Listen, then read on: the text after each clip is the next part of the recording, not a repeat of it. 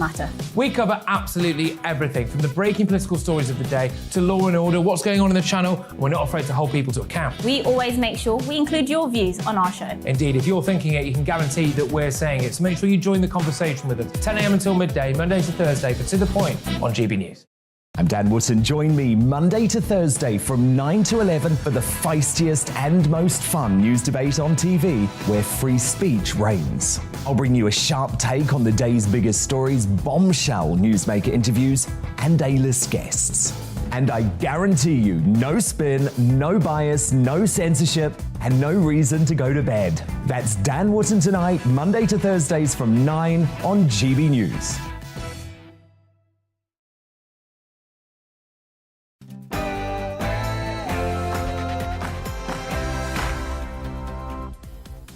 Good afternoon, you're watching The Discussion with me, Inaya Folarin Iman. We discuss the big moral, cultural and political questions of our time. I'm joined in the studio by Alice O'Donnell, convener of Living Freedom, a residential summer school that we'll be talking a little bit more about later on in the show.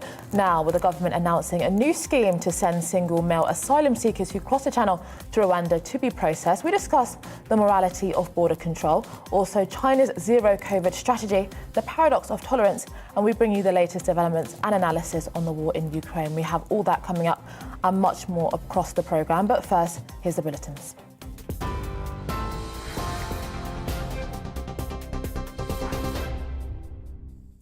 It's 3:01. I'm Ray Addison in the GB newsroom. The Archbishop of York has joined the Archbishop of Canterbury in criticising the government's plans to send migrants to Rwanda. In his Easter sermon at Canterbury Cathedral, Justin Welby said the plans are the opposite of the nature of God. Likewise, at York Minster, Stephen Cottrell said he found the deal depressing and distressing. The government says the decision will stem the flow of migrants crossing the Channel. And this season is also why there are such serious ethical questions about sending asylum seekers overseas. The details are for politics and politicians. The principle must stand the judgment of God, and it cannot. Well, spokeswoman for the Rwandan government, Yolan Makolo, told GB News she hopes more countries will copy the UK. Migration should be looked at differently. People should be offered opportunities to live dignified lives wherever they are in the world, and we hope more countries will join up. Rwanda in 2019 was the first one to host refugees from migrants from Libya, endangered from Libya. We have over 700 of them who've passed through here. We hope that this new innovative model will also be emulated by other countries. Then we can do more together. Boris Johnson has paid tribute to Christians in Ukraine during his Easter Sunday address. His comments come as the Ministry of Defence said that Russia's ultimate objective remains the same, despite shifting its operational focus to eastern Ukraine.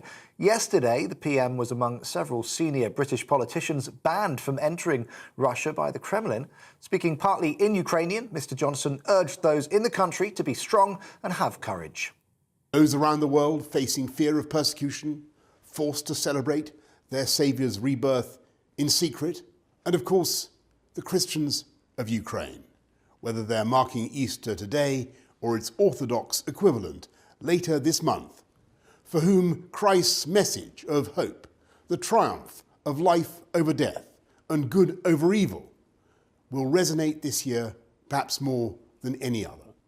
Будьте сильні і майте в серці odvahu. Всі, хто вповається на Господа. The Prime Minister. Ukrainian soldiers have appeared to defy a Russian ultimatum to surrender in the besieged city of Mariupol. Moscow claims the steelworks is now the only area of the city not under its control. Elsewhere in the country, at least 2 people have been killed and 4 injured this morning as shelling hit the eastern town of Zolote. President Volodymyr Zelensky says Ukraine's defence of Mariupol continues despite Russia's attacks. The situation is certainly not improving on a daily basis. Our military is blocked, and with them, the wounded people are blocked. There are many dead. Unfortunately, there is a humanitarian catastrophe with shortage of food, water and no medications. However, the guys defend heroically we're grateful to them for that. To be honest, there is no trust in the Russian negotiators about Mariupol. President Zelensky there. Prince Charles says it's profoundly moving to see the number of British people ready to invite Ukrainian refugees into their homes. In his Easter message, the Prince of Wales paid tribute to the 200,000 people who've registered for the government's Homes for Ukraine scheme so far. Prince Charles also says he's heartbroken by the suffering experienced by the victims of conflict who are forced to seek shelter far from their home. New allegations are being made over the Prime Minister's conduct in the ongoing Partygate scandal. The Sunday Times claims that Boris Johnson led the celebrations at a leaving do for his former press chief during lockdown. Labour's deputy leader, Angela Rayner, says if the latest reports are true, the Prime Minister's actions are indefensible. Mr Johnson is expected to update MPs when they return to the Commons on Tuesday. 2 people have died and at least 11 have been injured after being shot at a party in the United States. Now, a warning, the following clip does contain flashing images. Authorities in the city of Pittsburgh say the shooting happened shortly after midnight at a rental property where nearly 200 people had gathered for a large party. The city's public safety department says investigations are ongoing. This is GB News. We'll bring you more as it happens. Now let's return to the discussion.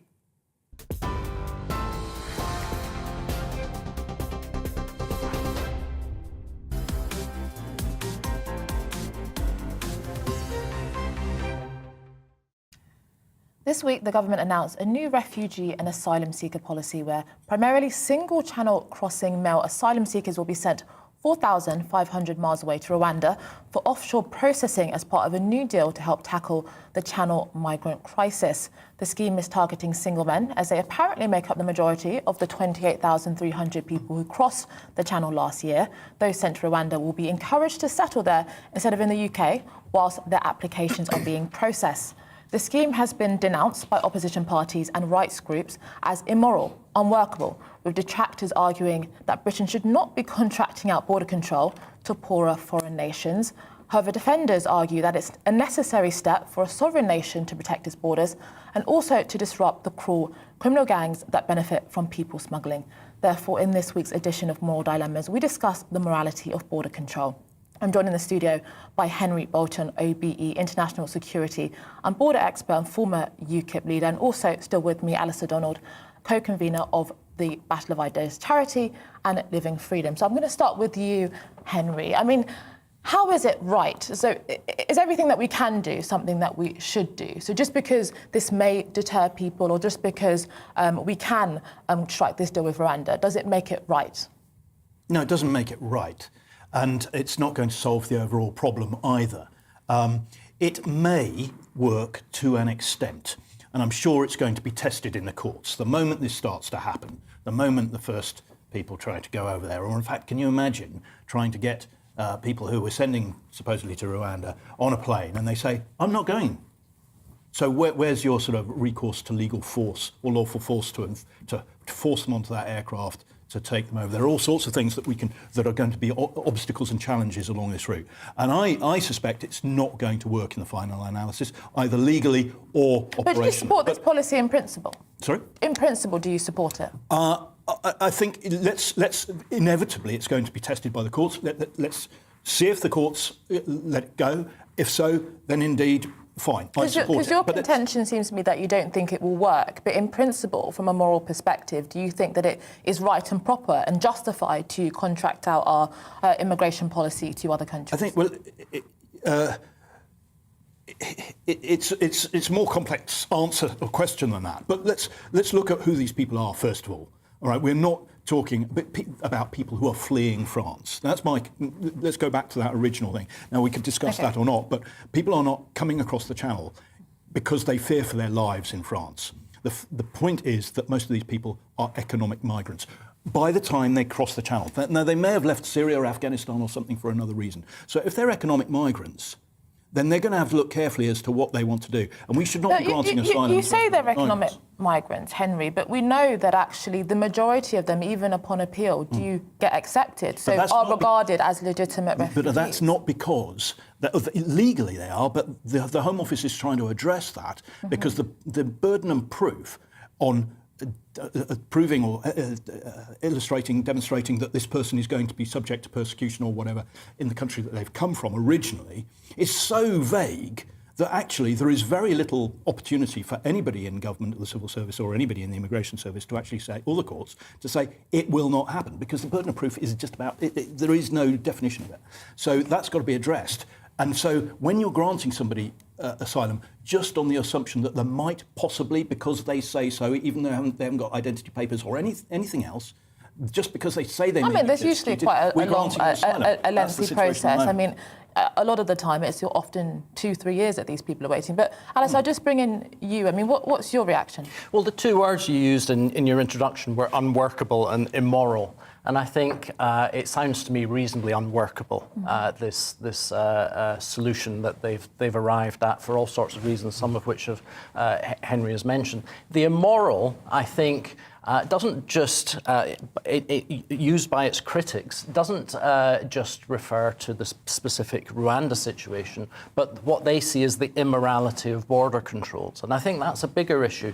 I think the idea of the open borders, which we tried to overcome through leaving the European Union because we wanted to take more control over our borders, that still resonates for some very influential people in society, and they try to keep that going. And so essentially what they object to is the very idea of controlling borders. And I think as a nation state, sovereign nation state, we should be in control of our borders, and we should take the requisite solutions required to be able to control them. But can you think that it is right for a mature sovereign nation to control one's borders, and also think that this particular policy is an immoral one?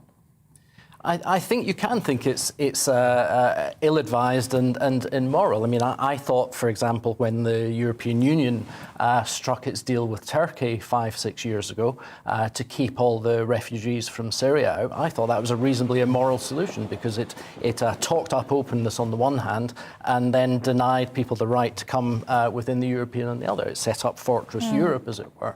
So I think that the particular solutions can be immoral, but I think that the objection is not to, by many people, is not to the particular solution, but to the very principle of having borders around a nation state. And Henry, I mean, what is the underlying principle that governs our immigration policy? Is it that we should want people that contribute to society, or is it that we want people to integrate, or is it just a purely numbers thing, as was suggested under David Cameron, just getting it below tens of thousands? I mean, what do you think the underlying logic should be? Because it doesn't seem to be coherent. Well, I think you've hit the nail on the head there. There is no overarching set of strategic objectives across government as to what we're trying to achieve with our borders, and that is a major failing. What we've got is an immigration policy, we've got a trade policy, we've got a fisheries policy. All of these impact on borders and are impacted by borders. But there is no overarching set of common objectives that all these agencies and government departments are working towards. So that's a major failing. So what should it be? What we should be doing is providing the economic and security, health and welfare of the people who live and reside in these islands. That's the primary objective. And borders provide us with an opportunity to focus efforts on a jurisdictional line, if you like, to be able to do that. Now, then we come into what's fair and what's unfair. And if you look at what we're talking about now and what we've been dealing with on the channel, somebody can come across on a dinghy with no paperwork whatsoever. We can't actually, in most cases, demonstrate even what their place of origin is. We could discuss that, but I could give you chapter and verse examples of that. But we look at, I know a particular case which I've been discussing with people involved, 2 Ukrainian refugees, two teenage girls who've been brought over by an English woman, or they were taken to Poland. The UK denied them a refugee visa, on the basis that their parents themselves hadn't signed the documentation, although there was documentation from the parents requesting this visa. It was just bureaucracy gone mad, and they've gone back to a war zone as a result.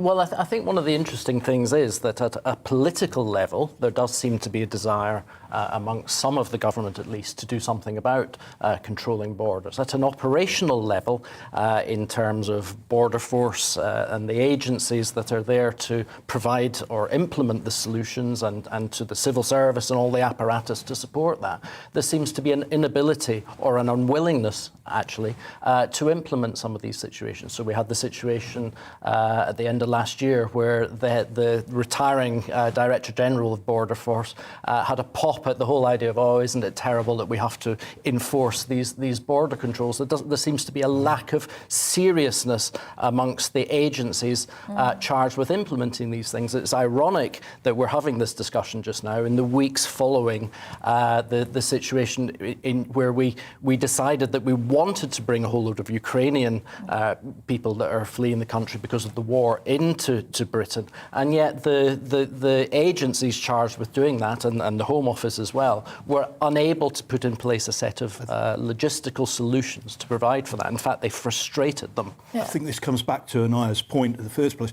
If there was a real strategic direction and vision and set of strategic national objectives and an overarching strategic framework, border strategy, I've helped 14 countries to write them. Even Albania had such a thing. We don't in this country. And if we had such a thing, it would frame all of this and bring some clarity, which then would place the civil service and others in the right position. They'd be able to orientate themselves towards a consistent set of objectives that don't exist at the moment. Well, thank you both. Thank you, Henry Bolton, OBE, international security and border expert and former UKIP leader. And we'll come back to Alistair throughout the show. Well, in other news, this week, chilling reports have emerged out of China's largest city, Shanghai, where PPE-clad police are apparently violently pinning down and carrying away anti-lockdown protesters.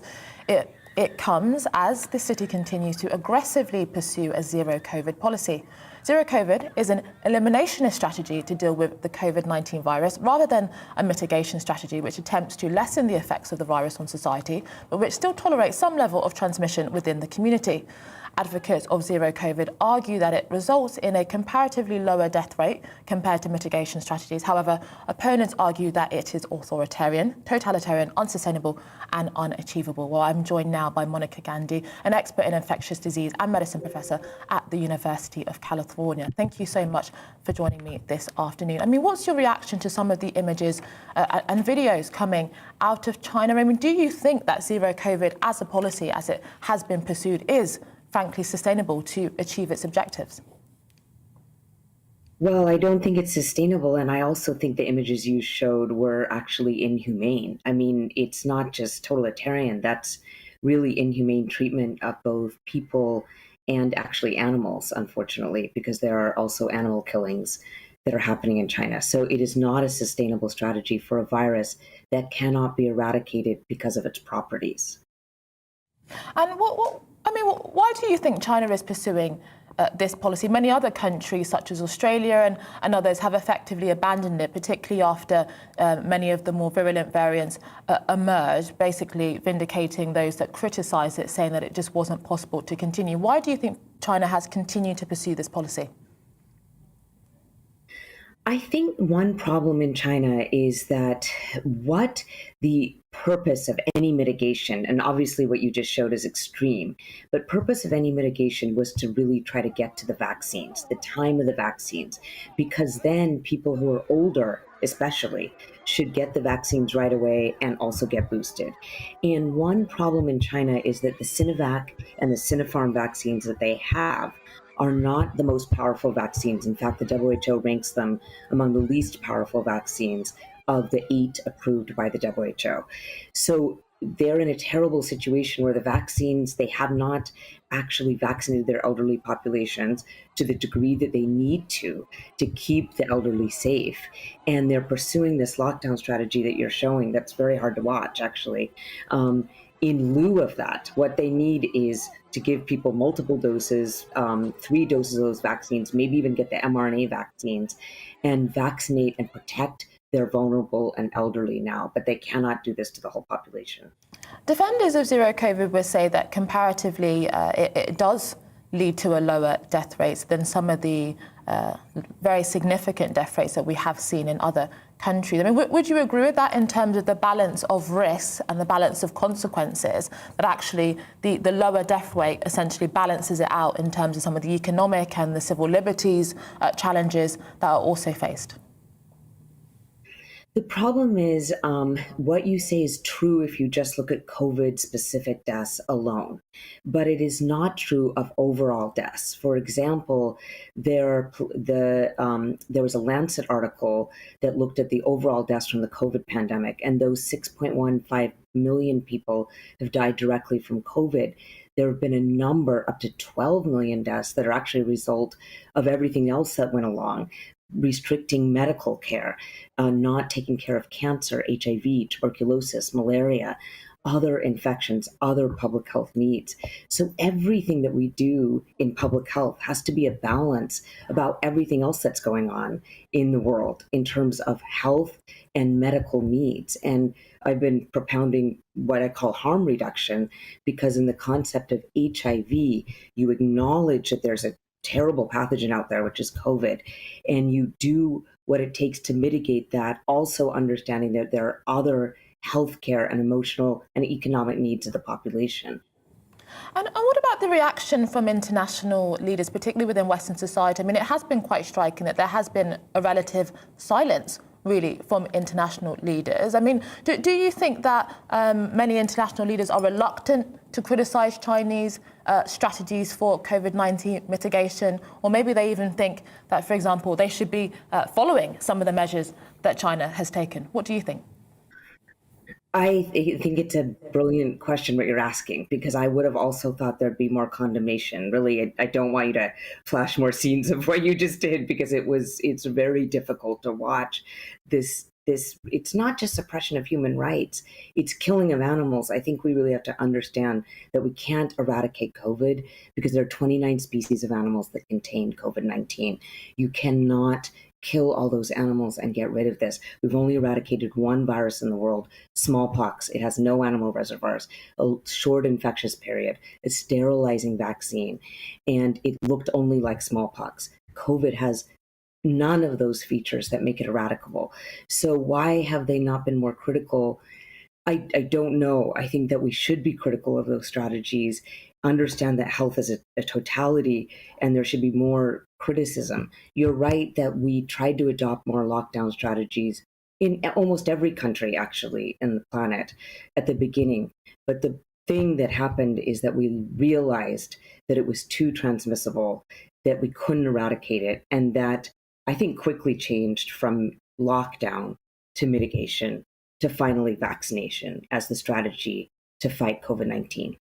Well, thank you so much for joining me, Monica Gandhi, an expert in infectious disease and medicine professor at the University of California. Thank you so much for joining me. Just quick reaction from you, Alistair, before we go to the break. I mean, have you been struck by the seeming silence from some Western leaders about what is going on in China? Very much so. I mean, one of the most vibrant cities on the whole of the planet locked down, and obviously some of the scenes that we've seen out of the last 2 or 3 weeks are brutal in terms of what's happening. Perhaps the reason why there's been a lack of international outcry is because in the West we have seemed to take a certain amount of not inspiration, but certainly we've been accepting of the fact that we do need these lockdowns. If you remember back to the beginning of the COVID period, early 2020, Neil Ferguson, the Imperial College professor, noted how interesting it was that China had managed to lock down and proceeded to some extent to want to follow that strategy in this country and in the West too, as did Independent Sage and other organizations that were charged with responding to the virus. So I think as an indication of just how far the trade-off to liberty goes when you implement a policy of safety, you just need to look at Shanghai and be very worried indeed. Indeed. Well, after the break, we'll be discussing the paradox of tolerance after Ali Harber Ali was sentenced to life imprisonment for the murder of Sir David Amess. Should we really tolerate those determined to destroy our society? But first, a short break. We'll see you in a few moments.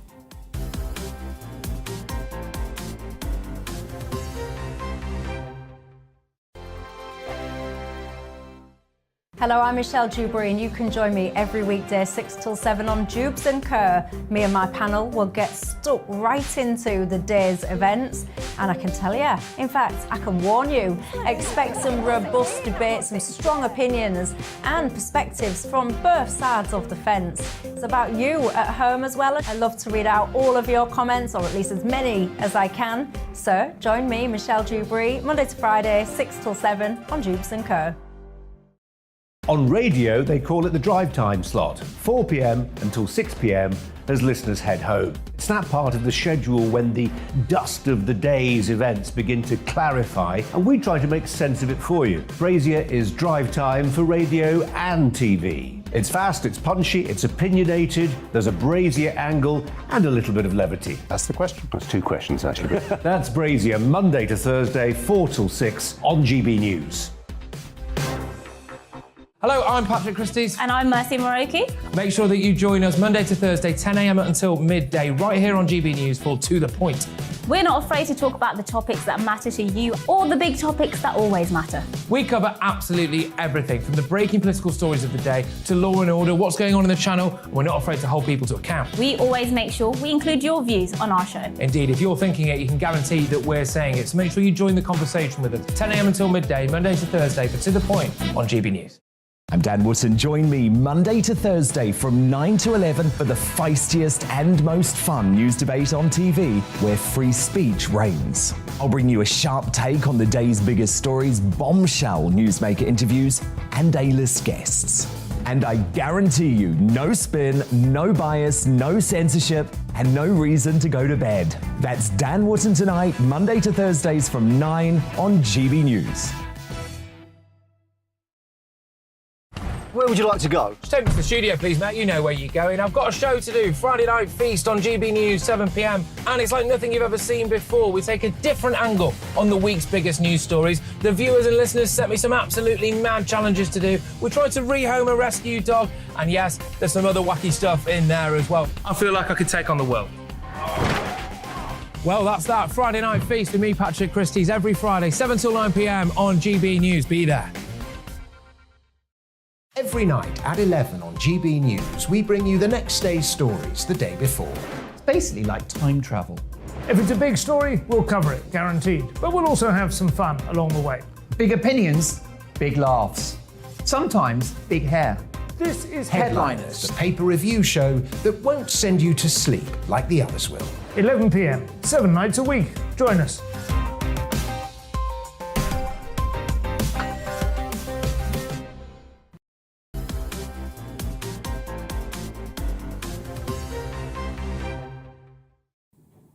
Welcome back. This week, 25-year-old British Islamist terrorist Ali Harba Ali was sentenced to life imprisonment with a whole life order for the murder of British Conservative Party politician Sir David Amess. Mr Justice Sweeney said that the murder struck at the heart of our democracy and described Ali as a cold, calculated and dangerous individual. A former teacher of Ali has expressed dismay that she referred Ali to the UK's counter-extremism programme Prevent, but was later told he was not deemed a threat. Thus, in a liberal society, what should we do about intolerance? Do we tolerate those determined to destroy the fabric of our society? Or is that laying the seeds of our own destruction?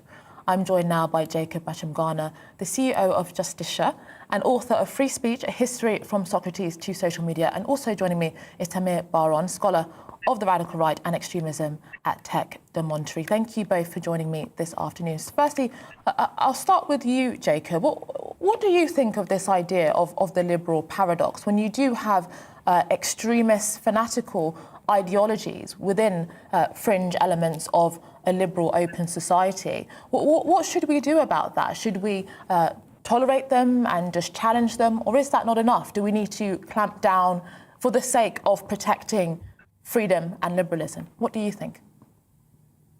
It depends. I think all liberal democracies should have a strategy for dealing with those who want to destroy open liberal democracies. But it depends on what you mean by tolerance. So, for instance, people who say, and organize extremist protests, that might be a good case for putting them under government surveillance, for instance. But I guess one of the most appealing tactics to many governments is also banning speech. And that's where I think we should be apprehensive about banning even extreme speech. I'm not talking about incitement to terrorism or recruitment of terrorism, which I think should be a punishable crime and is a punishable crime in all liberal democracies that I know. But sprouting sort of extremist views that do not, for instance, call for violence, but that might be hateful and that might be odious, I think is a dangerous strategy, and one which, when I look at the history of free speech, has also actually often been a failure, and one that is quite dangerous because you leave in place illiberal principles that those who are opposed to a liberal democracy can use if they come into power anyway. And perhaps we can discuss some of the historical cases of that, not least the fall of the Weimar Republic and the rise to power of the Nazis in the 1930s Germany. But Tamir, I mean, what do you think? Because we have found out that one of the individuals that Ali Haba Ali listened to was an extremist preacher called Anjem Chowdhury, and he is known for often walking a fine line, not explicitly advocating violence, but professing quite extreme ideas that some argue have quite significant radicalizing effects. Should he be allowed to express himself freely within our society? Yes, very good question. I would make a distinction between extremism of thought, extremism of ideas, and extremism of means.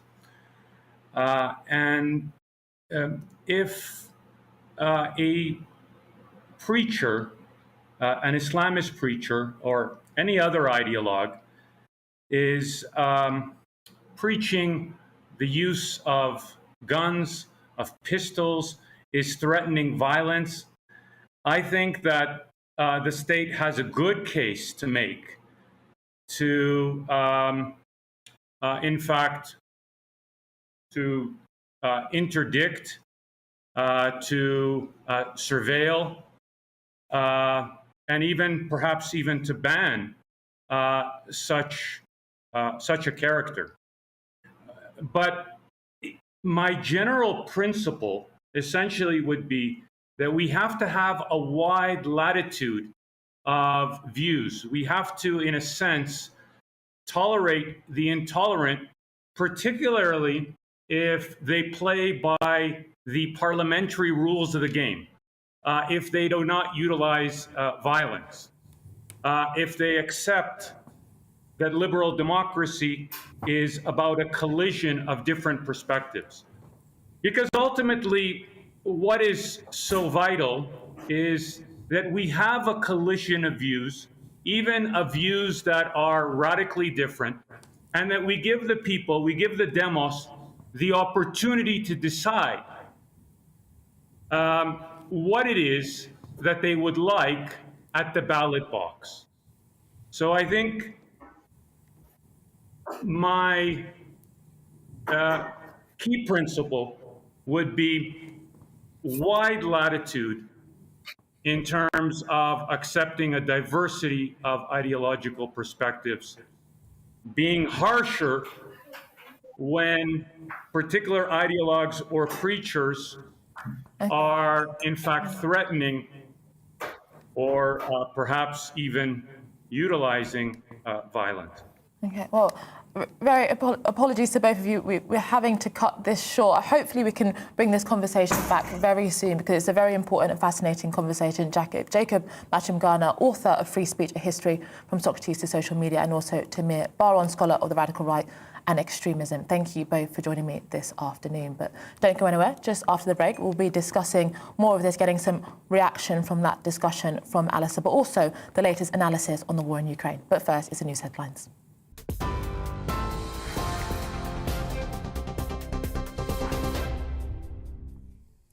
It's 3:33. I'm Ray Addison in the GB newsroom. The Archbishop of York has joined the Archbishop of Canterbury in criticising the government's plans to send asylum seekers to Rwanda. The government says the decision will stem the flow of migrants crossing the Channel. Speaking at York Minster, Stephen Cottrell said he found the deal depressing and distressing. In his Easter sermon at Canterbury Cathedral, Justin Welby said the plans are the opposite of the nature of God. And this season is also why there are such serious ethical questions about sending asylum seekers overseas. The details are for politics and politicians. The principle must stand the judgment of God, and it cannot. Boris Johnson has paid tribute to Christians in Ukraine during his Easter Sunday address. His comments come as the Ministry of Defence says that Russia's ultimate objective remains the same, despite shifting its operational focus to eastern Ukraine. Yesterday, the Prime Minister was among several senior British politicians banned from entering Russia by the Kremlin. A warning: the following clip does contain flashing images. 2 people have died and at least 11 have been injured after being shot at a party in the United States. Authorities in the city of Pittsburgh say the shooting happened shortly after midnight at a rental property where nearly 200 people had gathered for a large party. Investigations are underway. Well, you're up to date for now, but there's plenty more on all the main news stories at the top of the next hour. Stay with us.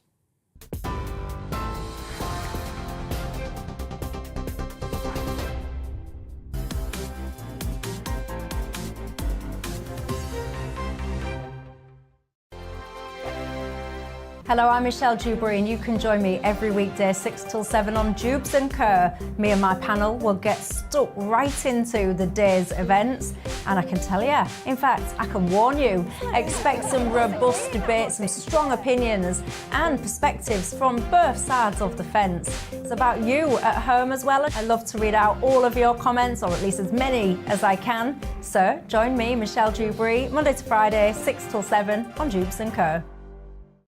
On radio, they call it the drive time slot, 4 p.m. until 6 p.m. as listeners head home. It's that part of the schedule when the dust of the day's events begin to clarify, and we try to make sense of it for you. Brazier is drive time for radio and TV. It's fast, it's punchy, it's opinionated, there's a Brazier angle and a little bit of levity. That's the question. That's 2 questions, actually. That's Brazier, Monday to Thursday, 4 till 6 on GB News. Hello, I'm Patrick Christie's. And I'm Mercy Moroki. Make sure that you join us Monday to Thursday, 10 a.m. until midday, right here on GB News for To The Point.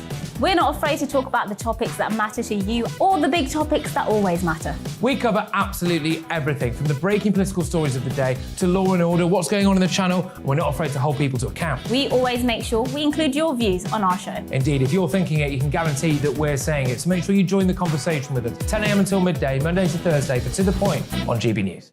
I'm Dan Wootton. Join me Monday to Thursday from 9 to 11 for the feistiest and most fun news debate on TV, where free speech reigns. I'll bring you a sharp take on the day's biggest stories, bombshell newsmaker interviews, and A-list guests.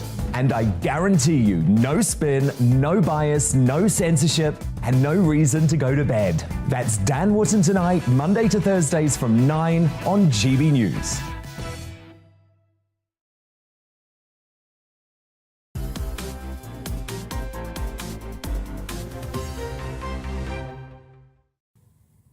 Welcome back. Before the break, we were discussing the paradox of tolerance in a liberal society. What do we do about intolerance? Do we tolerate those determined to destroy our society, or is that laying the groundwork for our own destruction, as some people might argue? Well, I wanted to hear reaction from Alistair Donald. What are your thoughts on the discussion we just had? Well, I'm for the fullest possible expression. I think we constrain opinion at as little as possible, and part of that, the reason for that, is because the fullest expression of opinion allows a proper discussion on it, and out of that you hope that some good ideas will follow. I think the bit that we really miss about the discussion on tolerance is actually that we need to judge things. That's what often goes missing, and you sense an extreme discomfort in judging extreme Islamist views. So, for example, a lot of the people who've been caught by prevent actions over the recent last couple, 2 or 3 years, have been people on the right. It's almost as if we feel comfort in taking up right-wing extremism, but not comfort in we feel uncomfortable about taking up extreme Islamist views. And I think we should have a more open discussion on the problems of extreme Islamist views, which the government and many others don't seem to want to pursue. Very interesting. We'll get more reaction from you as the show goes on. In other news, a deadline set by Russia for the last remaining defenders of Mariupol to, quote, lay down their arms in order to live has passed with no immediate response from Kiev. Russia's defense ministry said its troops had cleared the urban area of Mariupol and only a small contingent of Ukrainian fighters remained in the giant steelworks on Saturday. Quote, all who lay down their arms are guaranteed that their lives will be spared, the defense ministry said in a statement. Meanwhile, Volodymyr Zelensky warned that the, quote, extermination of the last Ukrainian defenders in Mariupol would put an end to any form of negotiations with Russia.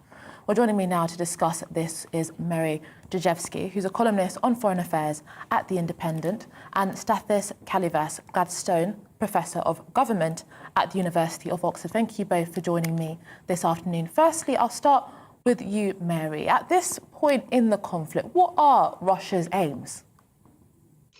Well, it seems to be becoming very, very confused because about a week or more ago, Russia said that it was really entering the second stage, what it called the second stage of its campaign, and that it was going to focus on the east.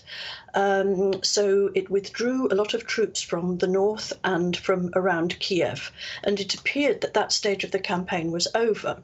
But it's actually become a lot more confused because rather than focusing exclusively on the east, we've seen additional strikes in the last few days, both in the vicinity of Kiev and out west in the vicinity of Lviv, and also just today in Mykolaiv, which is further to the west than Mariupol, which is where we've been talking about, where the Ukrainian forces there seem to be staging their last stand. In your view, what are the options for Ukraine? I mean, the Ukrainians have shown, as many people have described, immense bravery in the face of an onslaught, but this is, of course, incredibly difficult to maintain, and it's seeing the destruction of their society. What do you think the options are for Ukrainian people now? Well, I think there's actually a very, very difficult choice for President Zelensky and for Ukrainians, because there surely has to come a point where the loss is being sustained by Ukraine, and they are losing people. I think in the last couple of days, President Zelensky has given between 2,000 and 3,000 Ukrainians have been killed so far, and there's been enormous destruction. We're not just looking at Mariupol, but damage in Kharkiv and in the towns near Kiev.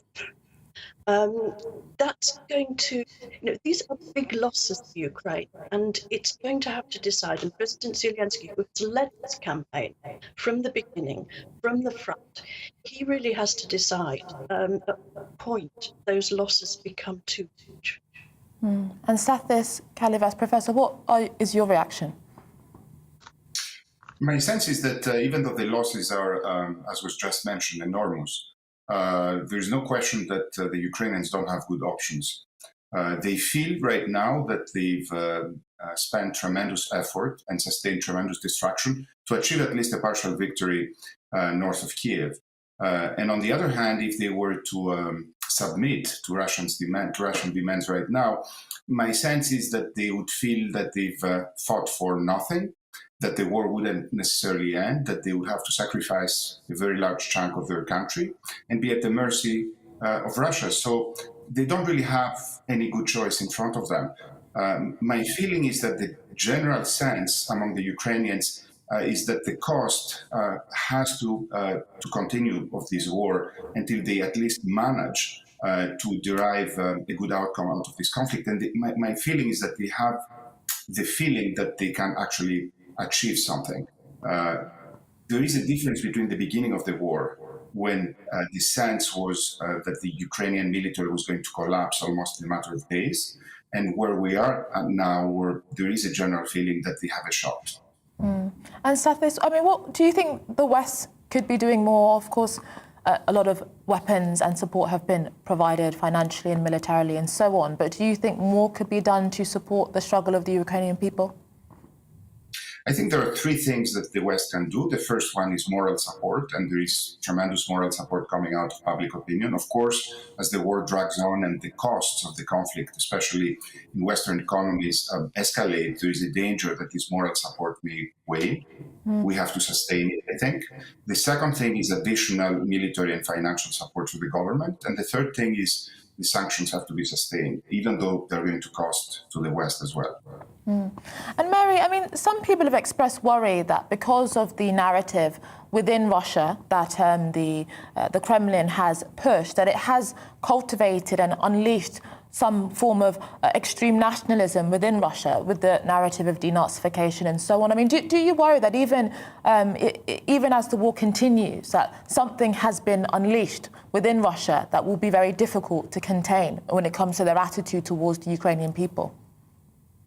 I'm probably a bit more sanguine about that because I think there's long been a strand of nationalism in Russia, which came to the fore, if you like, as the Soviet Union was collapsing. You know, the collapse of the Soviet Union was in part about a resurgent Russian nationalism against the other republics of the then Soviet Union.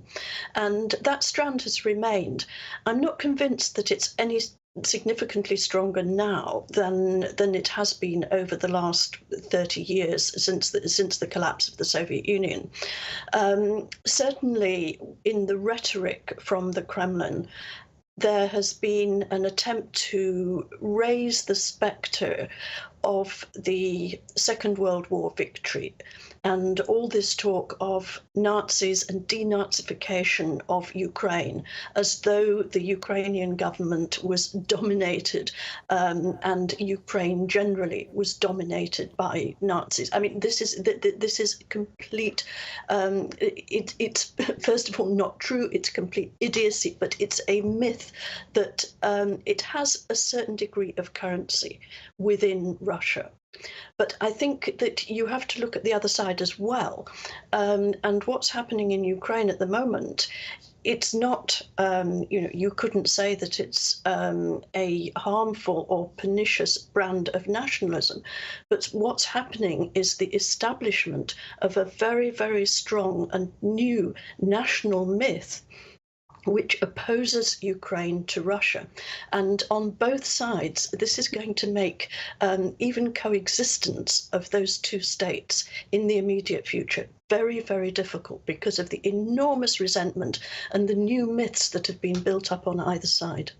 And finally, Seth, I want to get your reaction to what Mary has just said, but also, I mean, what do you say to those as well, that the position of the West in relation to Ukraine's accession into the EU and NATO is still unclear, that if that's something that the Ukrainians want in a referendum and so on, where it demonstrates that there is still strong support for that, there is still a decision for many Western leaders to make whether or not they would allow Ukraine into the European Union and NATO, and they've not been clear about their position on that. What's your thoughts, finally?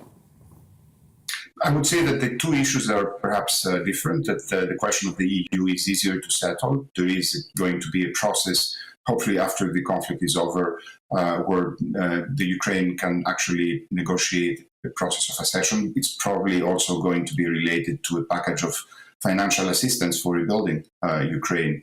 NATO is a more sensitive issue, has to do with the whole defense architecture in the area. It was a very sensitive issue beforehand.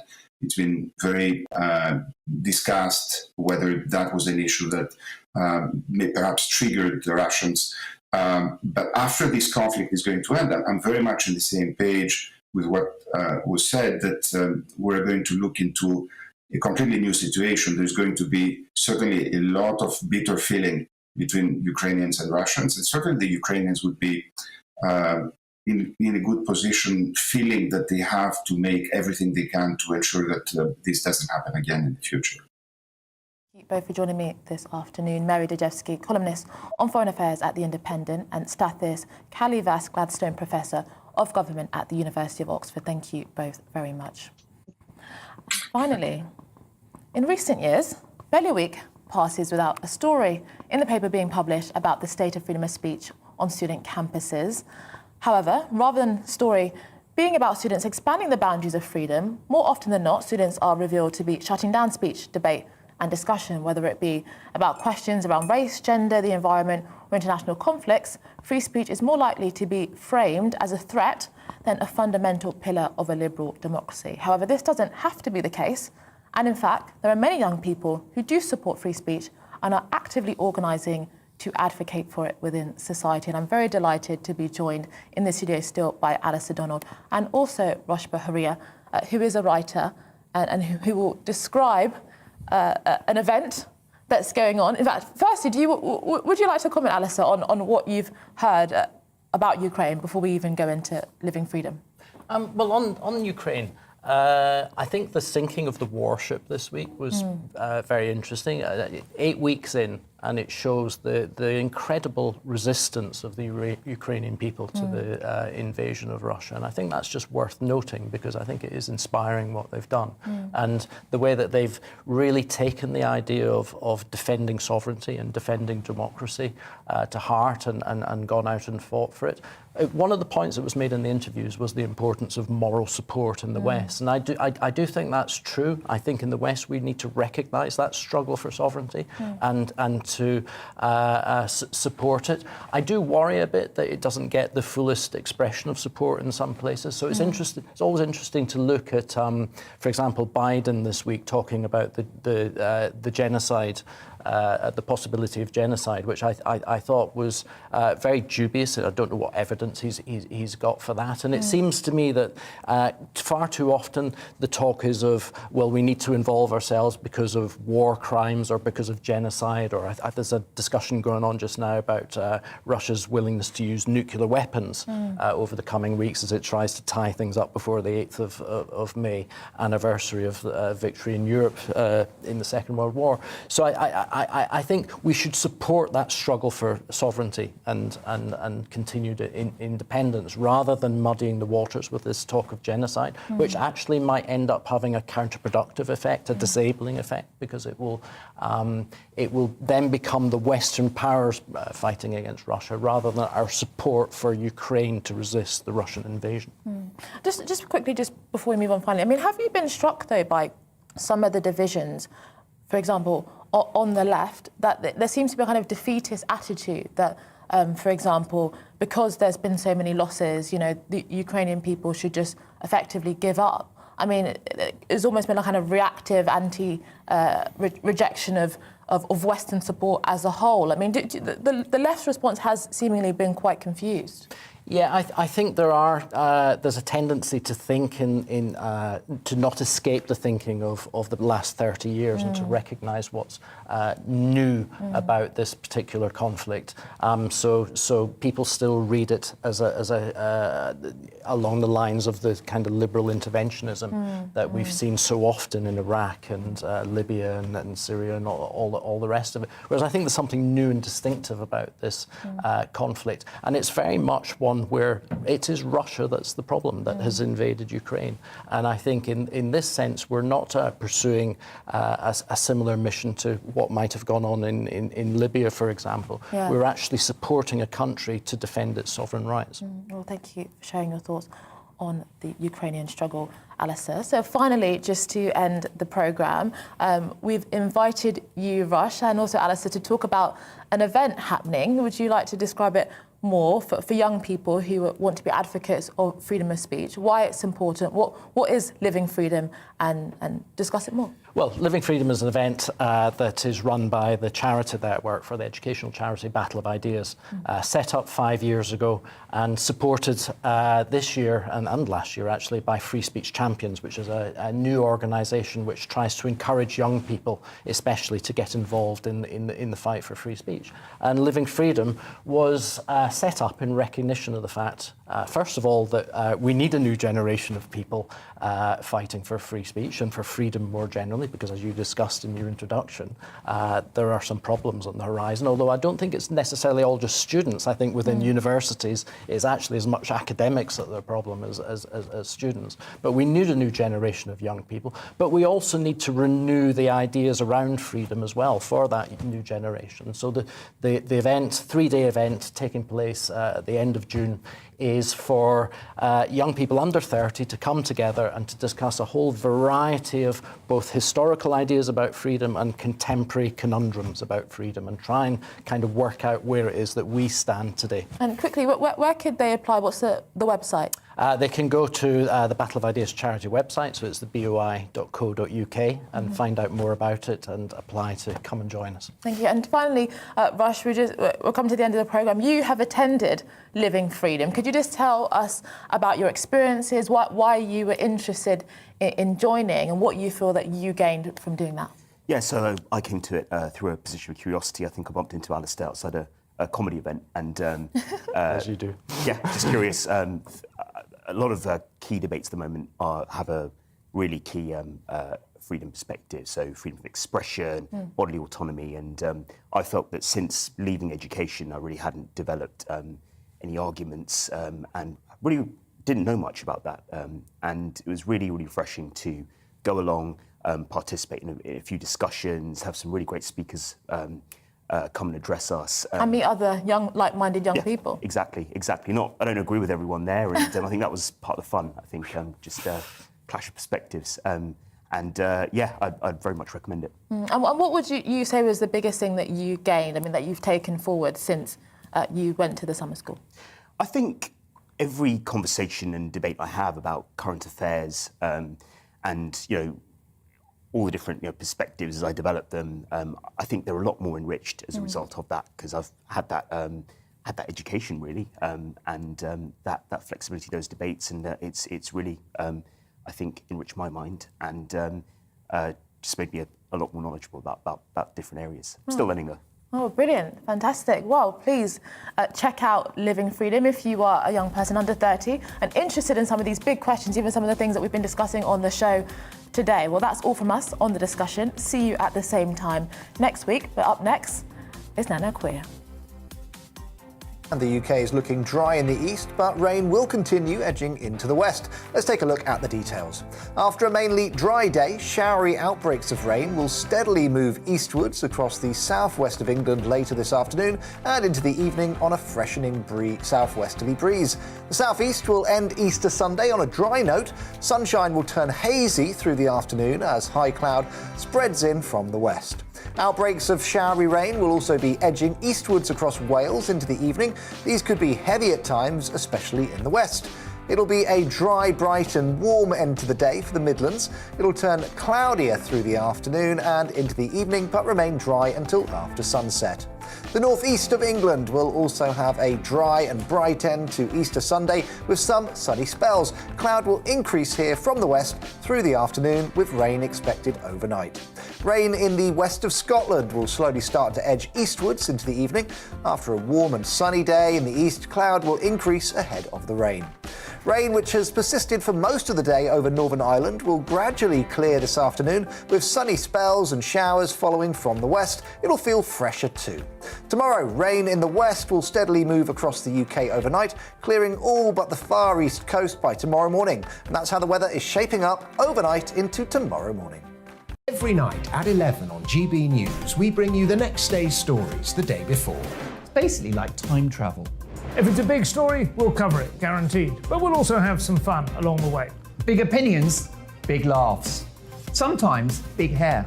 This is Headliners, the paper review show that won't send you to sleep like the others will. 11 p.m, 7 nights a week. Join us.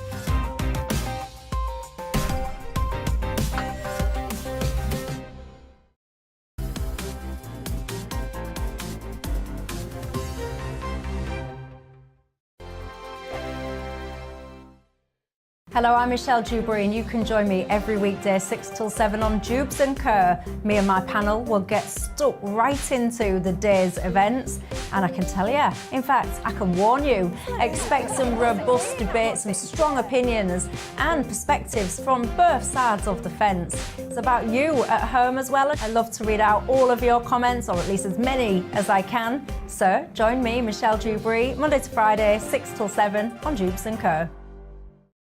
On radio, they call it the drive time slot, 4 p.m. until 6 p.m. as listeners head home. It's that part of the schedule when the dust of the day's events begin to clarify, and we try to make sense of it for you. Brazier is drive time for radio and TV. It's fast, it's punchy, it's opinionated, there's a Brazier angle and a little bit of levity. That's the question. That's two questions, actually. That's Brazier, Monday to Thursday, 4 till 6 on GB News. Hello, I'm Patrick Christys. And I'm Mercy Moroki. Make sure that you join us Monday to Thursday, 10 a.m. until